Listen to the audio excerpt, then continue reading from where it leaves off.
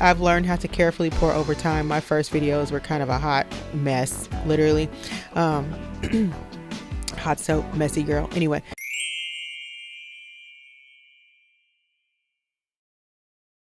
Welcome back, friends. It is Lauren the Soap Witch, and it is time for another edition of In the Making. So in this video, I will be making a beer soap. It's been a while since I've done a video of one of those, so I thought this would be fun.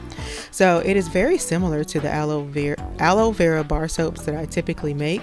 A lot of the processes will be the same, like the lye that I just measured out, and the sodium lactate and the sugar that I'm adding to the beer.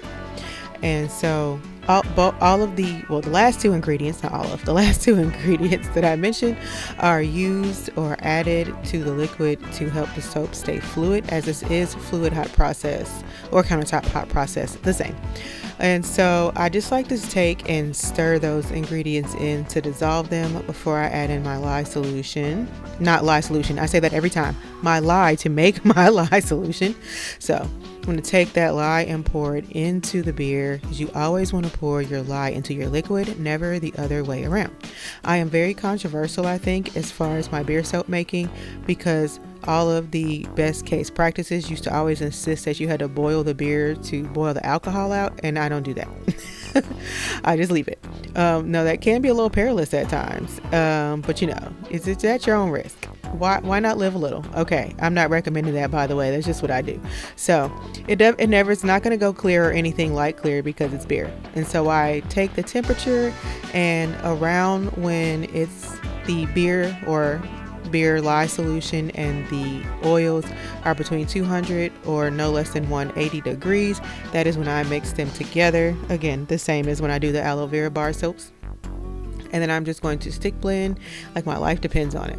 And like, I don't know why this batch of soap was so just openly defiant and difficult, but it just like, I felt like one, it took me forever to stick blend. Why? I don't know. And since it took so long, like I felt like it just like skipped past trace somehow, and just kind of started moving on. You know, trace is like a thick, I'm reminiscent of pudding kind of consistency.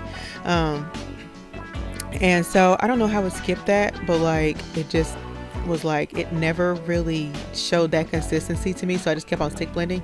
I think I was still in the process of trying to figure out the stick blender method anyway, and so I guess I was okay with that, because this kind of behaved the way that process does anyway. You would still be stick blending past trace anyway, all the way through to where it looks like it's separating. Sometimes it even looks like it's trying to boil, which, you know, used to scare me. I've talked about that in other videos.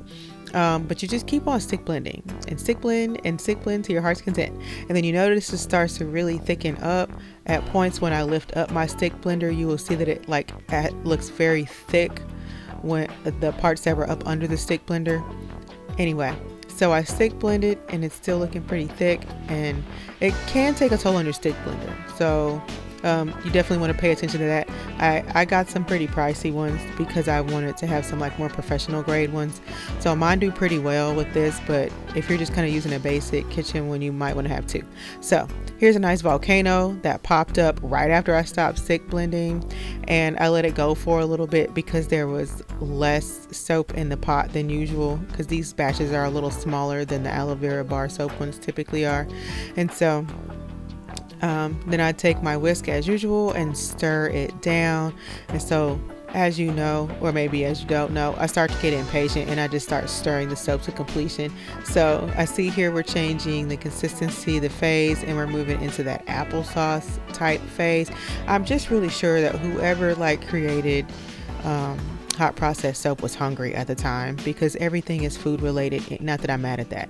So anyway, applesauce. And then next we move into the what is that?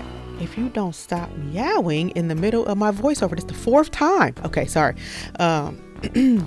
Mashed potato phase. Sorry, that's what I'm trying. My familiar is betraying me. Mashed potato phase is the next one. And then we move into the Vaseline stage. And you can just kind of tell the difference when you're seeing them in person. The Vaseline stage starts to look shiny and smooth, a little less opaque. and that's how you know it's done. I also noticed that it just has a scent. Finished soap has a scent. I may be some kind of weirdo for thinking that. I've always had an exceptionally strong sense of smell. I know y'all don't care. Anyway, so I'm just going to add my full fat Greek yogurt at this point. It does not have to be full fat or Greek, but it does need to be plain. Let's make it plain. So anyway, I'm going to give that a nice healthy stir because I want that to be fully incorporated. The yogurt, of course, is just a nice ingredient, period. But also, it's also help to keep the soap fluid for, you know, the pour and whatever designing you're wanting to do. So now I'm going to go in and mix my pour my fragrance oil. Why was my mouth betraying me again? This is Oatmeal Stout. It is one of my top amazing, wonderful fragrances. It's just, I love it. It's so good. Anyway, I think this is a twilight blue color from Mad Micah. Don't quote me on that, but I think that's what it is. And then this is charcoal because I like to use activated charcoal anytime I'm coloring soap black. I don't know, it's just first way I ever did it. I liked it, never changed it. So dumping that fragrance oil in there, and I'm just going to thoroughly stir that in. Sometimes no matter how much I stir, I feel like there ends up being loose colorant at the bottom of the pot, the bane of my existence, but whatever. I just stir it back in. But I try to just not need to. So I'm just going to pour in like half into this container right here, add my colorant. I left the other half in the pot because I didn't want to waste a whole container, and I'm just going to give those a stir to incorporate that color. That blue is so gorgeous. Fun fact is, even a really dark stout beer will not give you that deep brown color in your soap. It will lighten up to just normal soap color, tan, whatever it is. I was very upset when I found that out, firsthand experience. Moving right along. So then what I like to do is go back and forth between pouring in each color into one container, into what I refer to as my modified in the pot swirl. And then once I get them all in there, sometimes I do take my spoon and just take one big stir like you do with the regular in the pot. But I don't know if I did that in this one or not, but I didn't get it on video, so we're just gonna say I didn't. Anyway, I'm sorry. So here is just me pouring. I've learned how to carefully pour over time. My first videos were kind of a hot mess, literally. Hot soap, messy girl. Anyway, so I just kind of pour it nicely and neatly into the cavity molds so I don't have to do a whole lot of cleanup after. And then I'm just going to fast forward through the rest of it, make it look like I'm some kind of pro or something, you know, if you will. Anyway, so I just like to do it this way because then I get a nice little variation of swirl or color in each cavity mold. So I just kind of wiggle them around just to make sure it all sits in there nicely and I don't have like weird uncolored bits of soap. So anyway, that's all for this one. I hope you like what you saw. If you did, please consider subscribing to my channel and clicking the notification bell so you don't miss any of my uploads. So with all that being said, I'll see you in the next one, friends. And if you have anything you'd like to see in the future, please let me know. Okay, bye for real this time.